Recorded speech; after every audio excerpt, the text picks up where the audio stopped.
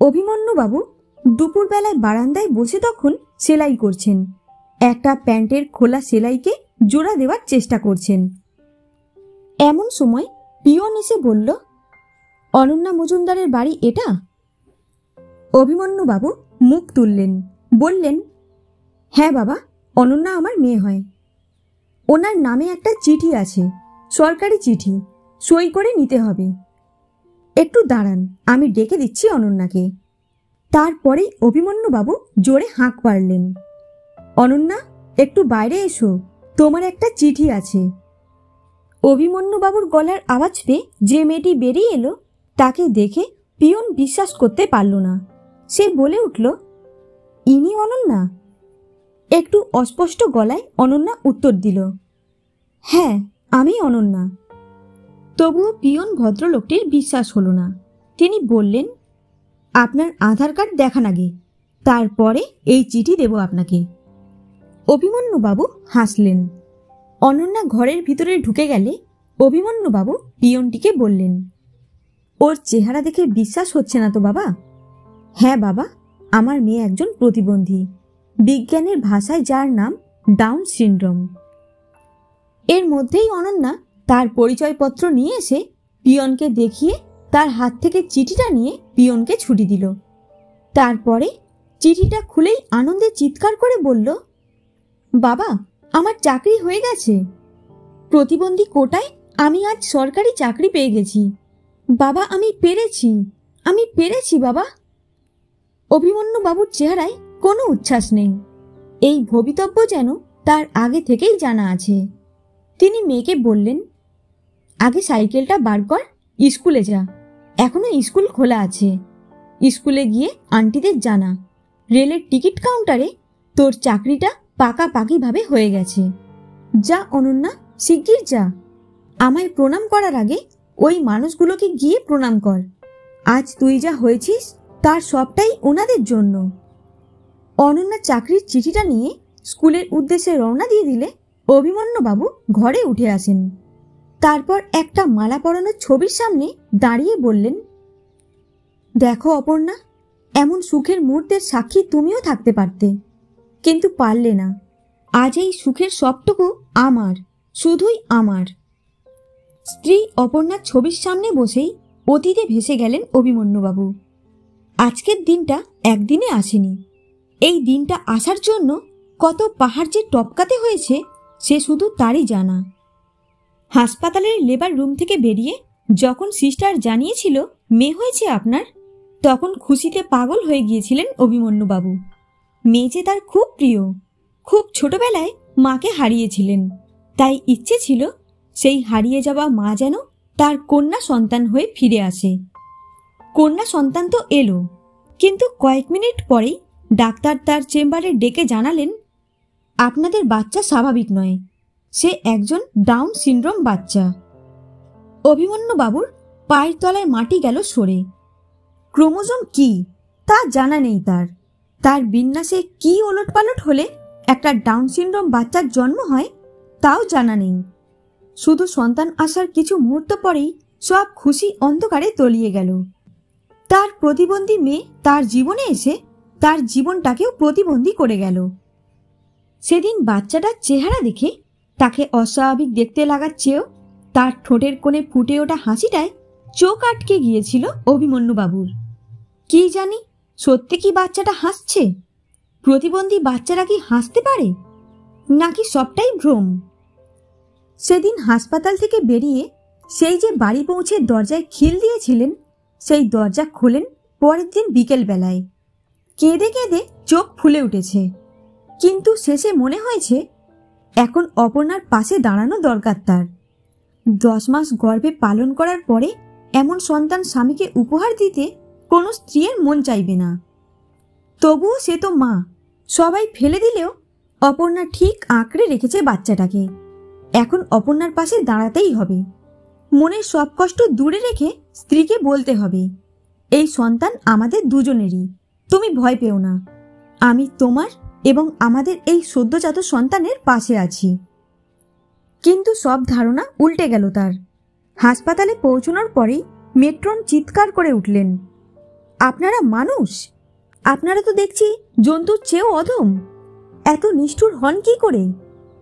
অভিমন্যুবাবু বুঝতে পারলেন না কি হয়েছে। তিনি বললেন, কেন, কি হয়েছে সিস্টার? আপনার স্ত্রী তো আপনার মেয়েটাকে স্বীকারই করছেন না। বাচ্চাটাকে না কোলে নিচ্ছেন, না দুধ খাওয়াচ্ছেন। বাচ্চাটা কি করে বাঁচবে বলুন তো?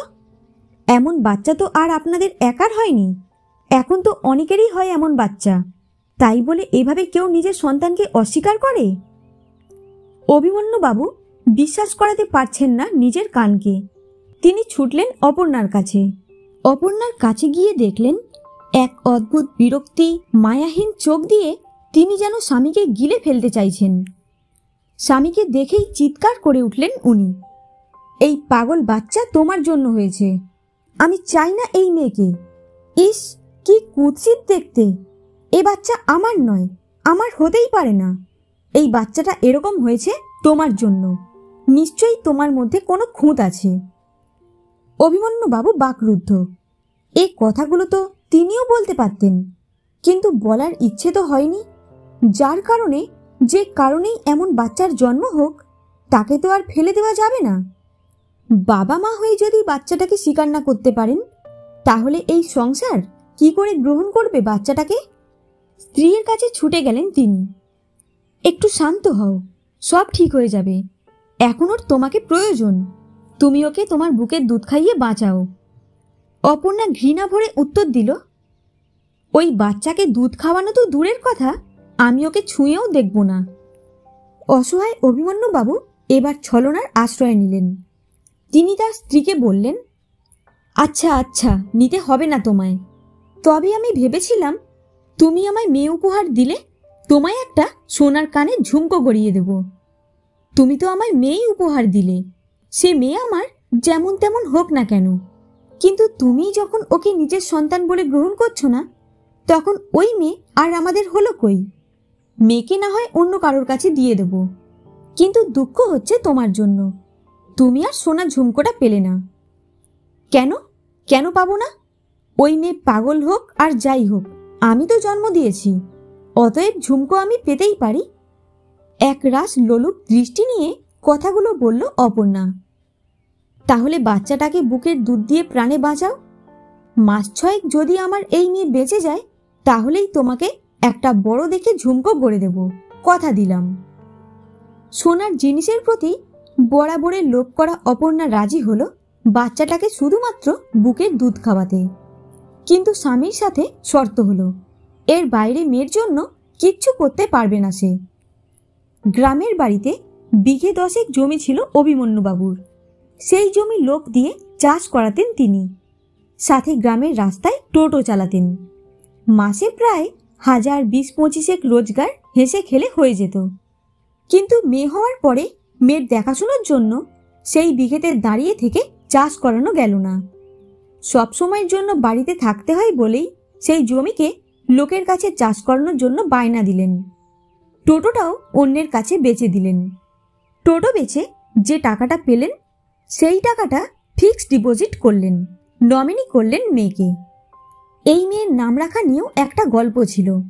মেয়ে জন্মানোর আগেই অভিমন্যুবাবু ঠিক করেছিলেন, তার সন্তান যদি মেয়ে হয় তবে তার নাম রাখবেন অনন্যা। কিন্তু এদিকে এমন মেয়ের জন্ম হলো। মেয়ের বার্থ সার্টিফিকেট তৈরি করতে দেওয়ার সময় মনে হলো, এমন নাম থাকলে মেয়েটাকে দেখে সবাই হাসবে, সবাই ব্যঙ্গ করে বলবে, অন্ত ছেলের নাম পদ্মলোচন। তবুও ফর্ম ফিল আপ করার সময় বাচ্চার নামের জায়গায় অনন্যা নামটাই লিখলেন। মনে মনে ভাবলেন, দেখাই যাক না এমন নাম রেখে, কে বলতে পারে এই মেয়েই হয়তো বড় হয়ে বিশেষ কিছু করবে। প্রতিবন্ধী বলে কি তার একটা সুন্দর নাম থাকতে নেই? তাই শেষ পর্যন্ত অভিমন্যু মজুমদারের প্রতিবন্ধী মেয়ের নাম হলো অনন্যা মজুমদার। অনন্যার বেড়ে ওঠা আর 5টা বাচ্চার মতো স্বাভাবিক নয়। সে অনেকের চাইতে পিছিয়ে পড়া, কথা বলতে পারে না, হিংস্র মানসিকতা, লোকজন দেখলেই ঢিল ছুঁড়ে মারে। অপর্ণা সারা দিন চেঁচায়, এই পাগলটাকে দূর করো আমার চোখের সামনে থেকে। অসহায় অভিমন্যুবাবু অনন্যাকে ঘরে বন্ধ করে রাখতেন। মেয়ের যাবতীয় কাজ নিজে হাতে করতেন। এমনকি মেয়েকে স্নান করানো থেকে মেয়ের জামা কাপড় কাচা, মেয়েকে খাওয়ানো, ঘুম পাড়ানো, মেয়ের ছোট বড় সব কাজে তিনি ছিলেন একমাত্র সম্বল। মায়ের সাথে মনের কোনো সম্পর্কই গড়ে ওঠেনি মেয়ের। যখন অপর্ণা অনন্যার ঢিল ছোড়াছুড়ি দেখে চিৎকার করত, পাগল পাগল পাগল নিয়ে আমি মরবো এবার, তখন কখনো কখনো অভিমন্যু বাবুর মনে হতো সত্যি মেয়েটাকে কোথাও দিয়ে আসি। পর মুহূর্তেই মনে হতো না না, ওর মা ওকে ভালো না বাসলেও ওর বাবা তো বেঁচে আছে, আমি ওর মা হয়ে আছি, আমি ওর মা হয়ে থাকব, শুধু বাবা নয়, নামান্তরে আমি ওর মাও। এইভাবে 5 বছর কেটে গেল। গ্রামের ডাক্তার অভিমন্যুবাবুকে জানালেন গ্রামে এসব বাচ্চাদের সেরকম কোনো থেরাপি হয় না, পারলে শহরে যান, সেখানে বিভিন্ন রকমের থেরাপি হলে আপনার মেয়ে হয়তো অনেকটাই স্বাভাবিক হয়ে যাবে। ডাক্তারের পরামর্শে নিজের দাদার কাছে এসে উঠলেন অভিমন্যুবাবু, সঙ্গে স্ত্রী সন্তান। একদিন একজনের কাছে অভিমন্যুবাবু শুনলেন একটা স্কুলের কথা, সরকারি সাধারণ স্কুল, তবে এই ধরনের বাচ্চাদেরও পড়ান ওখানকার দিদিমণিরা। স্কুলে নিয়ে যেতেই অনন্যাকে আদর করে কাছে টেনে নিয়েছিলেন স্কুলের সমস্ত দিদিমণিরাই। আশ্বাস দিয়ে বলেছিলেন আপনার মেয়েকে নিয়ে কোনো চিন্তা নেই, ও ঠিক সব কিছু শিখে যাবে, হয়তো একটু দেরিতে শিখবে, কিন্তু শিখবে। অভিমন্যুবাবু করজোড়ে বলেছিলেন আমার বন্য মেয়েটাকে তাড়িয়ে দেবেন না তো আপনারা? অনন্যার ক্লাস টিচার হেসে বলেছিলেন এরকম বন্য আমরা অনেক পাই, সেগুলি পরে লক্ষ্মী শান্তশিষ্ট হয়ে যায়, আপনার মেয়ে একদিন অনেক বড় হবে, দেখে নেবেন।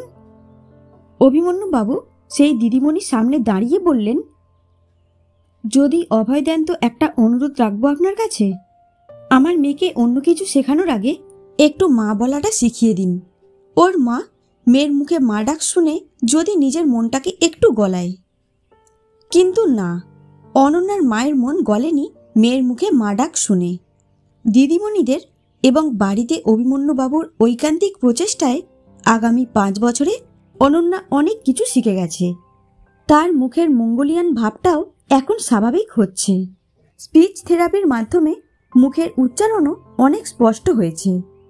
লেখাপড়া করছে বেশ আগ্রহের সাথে, সাথে প্রচুর দুষ্টুমিও শিখেছে। অনন্যার স্বাভাবিক দুষ্টুমিও মানতে পারে না অনন্যার মা। অনন্যার সবেতেই দোষ, মাকে আদর করতে গেলেও মা রেগে যায়। একটা 10 বছরের মেয়ে মাকে খুশি করতে মাকে ভাতের থালা পর্যন্ত বেড়ে দেয়, তবুও মায়ের মন গলে না। মা কথায় কথায় মেয়েকে বলে ধুর পাগলি, যা তো এখান থেকে, যত সব পাগল। অভিমন্যুবাবু বুঝিয়েছেন স্ত্রীকে আমার সাথে চলো, দেখবে আমাদের অনন্যার থেকেও কত বাজে অবস্থার বাচ্চাদের নিয়ে তাদের মায়েরা লড়ছে। তুমি তো অনন্যার মা, তুমি লড়াই ছেড়ে দিলে যে আমাদের মেয়েটা হেরে যাবে অপর্ণা। ওইসব পাগল ছাগলের জন্য নিজের জীবনটাকে নষ্ট করবো কেন শুনি? একটা ভালো বাচ্চা দিতে পারোনি, আবার বড় বড় কথা। সব তোমাদের জিনের দোষ, তোমাকে বিয়ে করেই কপাল পুড়েছে আমার। ওই মেয়ের মা আমি নই, যদি মা হতেই হয় তবে তুমি হও। অভিমন্যুবাবু দিশেহারা, কি করবেন, কোথায় যাবেন কিচ্ছু জানেন না। মেয়েটা বড় হচ্ছে, তার সাথে সাথে স্বাভাবিকও হচ্ছে। এখন মায়ের তাচ্ছিল্য সে বুঝতে পারে। আর কতদিন বাবা হয়ে মায়ের মতো মেয়েকে আগলে রাখতে পারবেন কে জানে। একদিন অনন্যা স্কুলের দিদিমণি অনন্যার বাবাকে ডেকে খুব বকাবকি করলেন। আপনারা বাড়িতে অনন্যার সাথে পাগলি পাগলি করে কথা বলেন, গালিগালাজ দেন, মেয়েটাকে ধরে মারেন, না হলে মেয়েটা এসব ভাষা, এসব আদব কায়দা শিখছে কোত্থেকে? আমাদের পরিশ্রম এভাবে পণ্ড করে দেবেন না দাদা। অনন্যা দুষ্টুমি করলে বুঝবেন এটা ওর স্বাভাবিক হওয়ার নমুনা, আর 5টা বাচ্চার মতো বুদ্ধি খাটাতে শিখছে, এটা পজিটিভ সাইন। এই সময় বাচ্চাটার সামনে বাজে কথা, বাজে ব্যবহার করে বাচ্চাটাকে নষ্ট করে দেবেন না প্লিজ। অনন্যা আপনাদের সন্তান, কিন্তু আমাদের কাছেও অনন্যা সন্তানের চেয়ে কিছু কম নয়। ও নষ্ট হয়ে গেলে আমাদের দুঃখের শেষ থাকবে না। আমাদের অনেক পরিশ্রমের ফলে অনন্যার এই দিন এসেছে। অভিমন্যুবাবু সেদিন লক্ষ্য করেছিলেন কথা বলতে বলতে দিদিমণির চোখের কোণটা চিকচিক করে উঠেছিল। সত্যি, যে মা জন্ম দিল সেই মা ছাড়া বাকি কত মায়ের যে যত্ন পেল অনন্যা। শুধু নিজের মাটাই কেমন পর করে রাখল মেয়েটাকে। অভিমন্যুবাবু দিদিমণির সামনে কান্নায় ভেঙে পড়লেন। মেয়েটাকে চোখের দেখাও দেখতে চায় না ওর মা। সব সময় মেয়েটাকে মারে, ধরে, গালিগালাজ করে। আমি বোঝালেও বুঝতে চায় না। আমি কোথাও দুদণ্ড গিয়ে শান্তি পাই না। মনে হয় এই বোধহয় আমার মেয়েটাকে মেরে ফেলল ওর মা। আমি চক্রবুঝে পড়ে গেছি। এর থেকে বেরোবার রাস্তা আমার কাছে নেই দিদিমণি। অনন্যা সেই দিদিমণি বললেন, দেখুন দাদা, দুষ্টের সঙ্গে দুষ্ট হতে হয়। অনেক তো ভালো ব্যবহার করলেন স্ত্রীর সাথে। তিনি তো মেয়েটাকে 10 বছরে গ্রহণ করতে পারলেন না। আর কবে গ্রহণ করবেন উনি অনন্যাকে? এরপরে তো ওর মাকে ওর আরও বেশি প্রয়োজন হবে। সব কিছু তো বাবাকে দিয়ে হয় না। উনি মেয়েকে জন্ম দিয়েছেন, অতএব মেয়ের প্রতি দায়িত্ব থেকে উনি কিছুতেই মুখ ফিরিয়ে নিতে পারেন না। আপনি একটু কঠোর হন। সোজা আঙুলে ঘি না উঠলে আঙুলটা একটু বাঁকান। অনন্যার ভালোর জন্য এটুকু তো করতেই হবে আপনাকে। সেদিন সন্ধেবেলা মায়ের শাড়ি পরে পুতুল খেলছিল বলে অনন্যাকে যাচ্ছে তাই ভাবে মারধর করেন অপর্ণা। কোন সাহসে পাগল মেয়ে তার শাড়ি ধরেছে? দুপুরে দিদিমণির কথাটা এমনিতেই মাথায় ঘুরছিল। সন্ধেবেলায় অনন্যার প্রতি ওর মায়ের ওই রূঢ়তা দেখে অভিমন্যুবাবু বউয়ের হাত থেকে হাত পাকাটা টেনে কেড়ে নিয়ে বলেন, মা হয়ে মেয়েকে যখন ভালোবাসতে পারো না, তখন ওকে শাসন করার অধিকারও তোমার নেই। ও মরে যায় না কেন? তাহলে আমার হার কিছুটা হলেও জুড়োয়। স্ত্রীর এই অভিব্যক্তিকে মানতে না পেরে সেদিন বউয়ের গালে একটা চর বসিয়েছিলেন অভিমন্যুবাবু। তারপরে গ্রামে অপর্ণার বাড়িতে ফোন করে শ্বশুর শাশুড়িকে বলেন, আপনার মেয়েকে এসে নিয়ে যান আপনারা। আমার মেয়ে পাগল হোক বা প্রতিবন্ধী হোক, মেয়ে আমার, বুঝবও আমি। আপনার মেয়ের জন্য মাসে মাসে খরচ পাঠিয়ে দেব, কিন্তু কাল সকালেই এসে আপনার মেয়েকে আপনারা নিয়ে যাবেন। আমার মেয়ের মা বাবা দুটোই আমি ছিলাম, আমি থাকব। গ্রামের বাড়িতে স্বামী প্রত্যাখ্যাত বউয়ের বা তার পরিবারের কোনো সম্মান থাকে না। এমনিতেই নাতনিটা প্রতিবন্ধী বলে কত কথাই না শুনতে হয় গ্রামের আর 5টা ঘর থেকে। কত রঙ্গতামাশা যে হয় সে যারা ভোগ করে কেবল তারাই জানে। তাই অপর্ণার বাবা মা এসে মেয়েকে স্পষ্ট জানিয়ে দিয়ে গেলেন, জামাই যেভাবে বলে সেভাবেই চলতে হবে তোকে। এই পাগলি তোর শেষ অদিষ্ট। তাই জামাই বাবাজির সাথে থাকতে হলে ওই মেয়েকেও মেনে নিয়ে চলতে হবে তোকে। গ্রামে তোকে ফিরিয়ে নিয়ে গেলে 5 লোকের 5 কথা শুনতে হবে আমাদের। এসব আমরা এই বুড়ো বয়সে শুনতে পারবো না। অতএব জামাই যা বলে তাই শুনে চল। অনন্যার মা পড়ল বিপদে। কি করবেন, কোথায় যাবেন কিছুই বুঝতে পারলেন না। এই মেয়েকে কিছুতেই আপন করা যায় না। কোথাও নিয়ে বেরোতেও লজ্জা। চেহারা দেখলেই লোকে বুঝে যায় স্বাভাবিক নয় মেয়েটা। আশেপাশের লোকেদের সামনে মা হিসেবে যে কি লজ্জা। এই মেয়ে নাকি আবার বড় হয়ে রোজগার করবে। বাবা হিসেবে কত স্বপ্ন দেখে তার স্বামী। তারপরেও গালিগালাজ সাময়িকভাবে কমলেও টুকটাক কারণে অনন্যার গায়ে হাত তোলা বন্ধ হয় না অপর্ণার। এর মধ্যেই একদিন এক প্রতিবেশিনী অপর্ণাদের বাড়িতে বেড়াতে এসে বললেন, এরপরে তো তোমার মেয়ে রজস্বলাও হবে, তখন তো তোমার আরেক জ্বালা হবে গো। এমনিতেই হাবাগোবা মেয়ে, তারপরে এরকম সময় সামলাতে যে তোমার জীবনপাত হয়ে যাবে গো। এসব কাজ তো আর বাবা করে দেবে না, বাবা শিখিয়েও দেবে না, তখন কি করবে তুমি? সেই কথা শোনার পর থেকেই গুম মেরে যায় অনন্যার মা। এক সরস্বতী পুজোর আগের দিন বাবা মেয়ে বাজারে গেলে বাড়ির দরজা জানলা বন্ধ করে গলায় দড়ি দিয়ে ঝুলে পড়ে অপর্ণা। প্রতিবন্ধী মেয়ের হাত থেকে বাঁচার একমাত্র উপায় হিসেবে এই রাস্তাটাই তার কাছে সঠিক মনে হয়েছে। বাজার থেকে ফিরে স্ত্রীকে এই অবস্থায় দেখে হতচকিত হয়ে যান অভিমন্যুবাবু। সেই সময় ওনার দাদাও বাড়িতে ছিলেন না। ফাঁকা বাড়িতে এমন কাণ্ড যে করতে পারে তার স্ত্রী, সে কথা স্বপ্নেও ভাবতে পারেননি অভিমন্যুবাবু। পুলিশ এলো, ডাক্তার এলো, অপর্ণার বাবা মা দিদিও এলো। অপর্ণার বাবা মা কাঁদতে কাঁদতে বলতে থাকলো, এই পাগলি রাক্ষসীটার জন্য আমার জলজ্যান্ত মেয়েটা অকালে চলে গেল।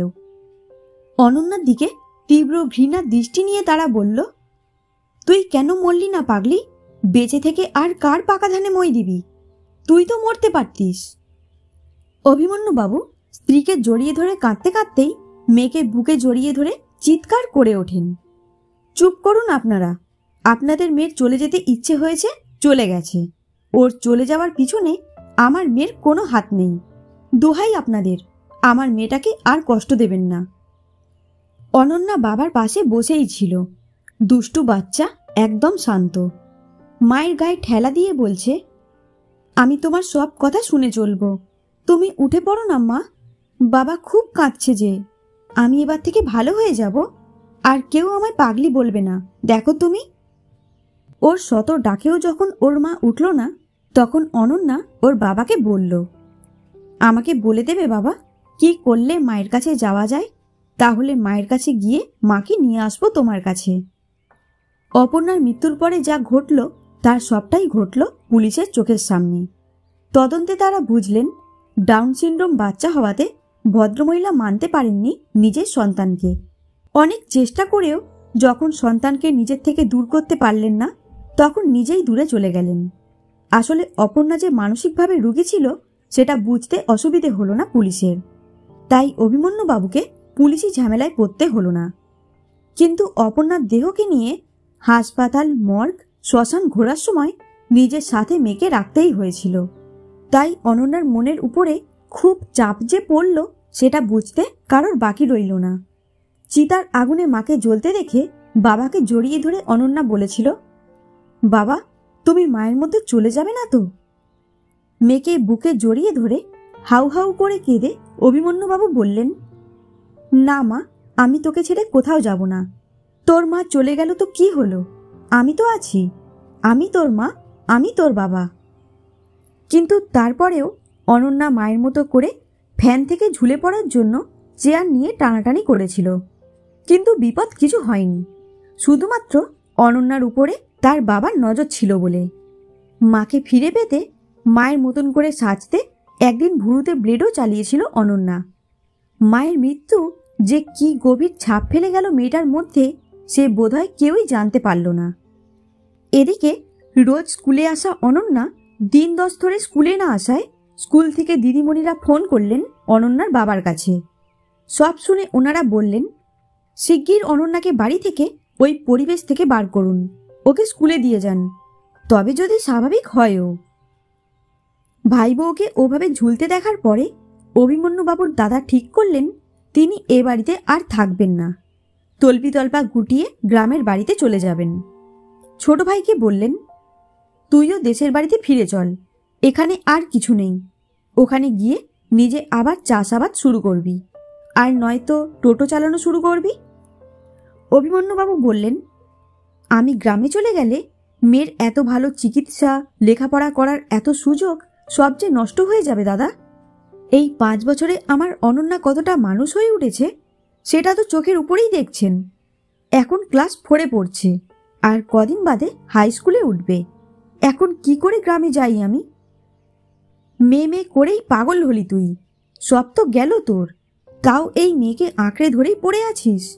ভালো কথা বলছি, গ্রামে চল। তোর মেজদা মেজু বৌদির কাছে মেয়েটাকে রেখে আর একটা বিয়ে কর, একটা সুস্থ সবল বাচ্চার জন্ম দে। শহরের এই বাড়ি বিক্রি করে যা পাবো, আমার অবর্তমানে তোদের 4 ভাই বোনকেই দিয়ে যাব। 10 বছর ধরে এই মেয়ের জন্য লড়লি তো, এবার একটু নিজের কথা ভাব। অভিমন্যুবাবু কি করে বোঝাবেন? অনন্যার জীবনে তিনি সব, বাবা, মা, বন্ধু, সব কিছুই যে তিনি। আজ আর নিজের কথা ভাবার সময় বা সুযোগ কোনোটাই নেই। আর নতুন করে বিয়ে করে কি হবে? তার স্ত্রী ভাগ্য নিয়ে পরীক্ষা করার আর কোনো ইচ্ছে নেই। তাই অভিমন্যুবাবু বললেন, না দাদা, আমি অনন্যাকে মেজদা মেজু বৌদির কাছে দেব না। আমার মেয়েটা যেন এটা না ভাবে যে ওর মা ওকে ছেড়ে চলে গেছে বলে ওর বাবাও ওকে ছেড়ে চলে গেল। আপনার যদি এই বাড়িতে থাকতে ভয় করে বা খারাপ লাগে, তাহলে আপনি দেশের বাড়িতে চলে যান। আমি অনন্যাকে নিয়ে এখানেই থাকব। অভিমন্যুবাবুর অন্য ভাই বোনেরা বললেন, তাহলে তো দাদার বাড়ির মালিকানা তোর একার হয়ে যাবে। তুই থাকলে তো আর এই বাড়ি বিক্রি হবে না। অভিমন্যুবাবু বললেন, আমি দাদার বাড়িতে ভাড়াটিয়া হিসেবে থাকব। ভবিষ্যতে এই বাড়িটা আমি কিনে নেব দাদার কাছ থেকে। তারপর অনন্যাকে নিয়ে জীবনের জন্য নতুন করে লড়াই শুরু করলেন অভিমন্যুবাবু। শহরেই লোকের অটো চালাতে শুরু করলেন। যে সময়টা অনন্যা স্কুলে থাকে সেই 6 ঘন্টা উনি অটো চালান। এছাড়া গ্রামের বাড়ি আর জমি থেকে রোজগার তো ছিলই। সকালে উঠে মেয়ের জন্য রান্না করে তাকে খাইয়ে দাইয়ে স্কুলে পাঠিয়ে গাড়ি চালাতে বেরোতেন। বেশ কিছু স্কুলের বাচ্চা ট্রিপ ধরেছিলেন। যেদিন অনন্যা স্কুল বন্ধ থাকত সেদিন অনন্যাকে নিয়েই অটো চালাতেন। বিকেলের পরে বাড়ি ফিরে মেয়েকে পড়ানো, তারপরে টিচার এলে তাকে চা করে দেওয়া, রাত্রের রান্না করা সবই করতেন একা হাতে। সবচেয়ে বড় ব্যাপার, ডাউন সিনড্রোম অনন্যাও বাবার লড়াইটাকে বুঝতে পেরেছিল। তাই তার তরফ থেকে যতটা সহযোগিতা দরকার ছিল সেটা সে তার বাবাকে দিয়েছে। আর অনন্যার দিদিমণিদের অবদান তো অনস্বীকার্য। জন্মদাত্রী মা তাকে ছেড়ে গেলেও প্রাইমারি স্কুলের দিদিমণিগুলো তাকে সন্তান স্নেহে বুকে টেনে নিয়েছিল। মায়ের অভাব যাতে বুঝতে না পারে তাই স্নেহ যেন ঢেলে দিয়েছিলেন সব দিদিমণিরাই। এমনকি হাই স্কুলে যাওয়ার পরেও অনন্যার লেখাপড়া সংক্রান্ত সকল বিষয় তার বাবাকে যুক্তি পরামর্শ দিয়ে গেছিলেন তারা। অনন্যার বাবা বিশেষ কোনো কাজে কোথাও গেলে প্রাইমারি স্কুলে এসে সময় কাটাতো অনন্যা। এতটাই সহযোগিতা পেয়েছে সে। ওর বাবার সাথে তারাও যেন জেদ ধরেছিলেন অনন্যাকে জীবনে জিতিয়ে দেওয়ার। সেই লড়াইকে সম্মান জানিয়ে আজ অনন্যা সরকারি চাকরি পেয়ে গেল।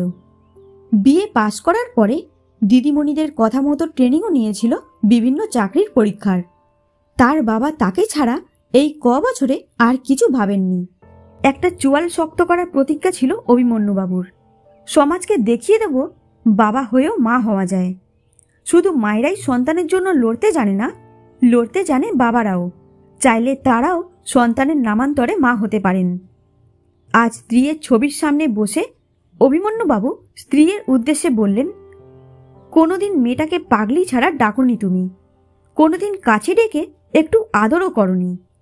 মেয়েটাকে যাতে ভালোবাসতে না হয় তার জন্য সময়ের অনেক আগে পালিয়েও গেলে। তুমি চলে যাওয়ার পরে এই 20টা বছর যে লড়াই করলাম বাপ বেটি মিলে, সত্যি বলছি অপর্ণা, পাগল না হলে সত্যি হয়তো পারতাম না। তোমরা সবাই আমার নামের মতোই আমাকে অভিমন্যু বানিয়েছিলে, যে চক্রবুর্জে ঢুকতে পারে, লড়তে পারে, কিন্তু জিতে সেই চক্রবুর্জ থেকে বেরোতে পারে না। কিন্তু দেখো, এই অভিমন্যু পেরেছে হাজার সমস্যার বেড়াজাল টপকে মেয়েকে মানুষ করে তুলতে। আমি জিতেছি আমার সাথে একটা অনন্যা ছিল বলে। ভাগ্যিস সেদিন ওর নাম রাখতে গিয়ে এই নামটাই রেখেছিলাম, অন্য কোনো নাম রাখিনি। তবেই তো অনন্য এক লড়াই লড়ল আমার মেয়েটা। আমার মেয়ে সেই সব বাচ্চার কাছে উদাহরণ হয়ে থাকলো যারা প্রতিবন্ধী হয়েও লড়তে চাইবে জীবনে। 30 বছর বয়স হলেও নিজের পায়ে দাঁড়ালো অনন্যা। এ জিত কি শুধু অনন্যার একার, নাকি ওর বাবারও? পর মুহূর্তেই মনে হলো, শুধু বাবা কেন, আজ যে অনন্যার মায়েরও জয় হলো। কারণ অভিমন্যু বাবু যে নামান্তরে অনন্যার মাও।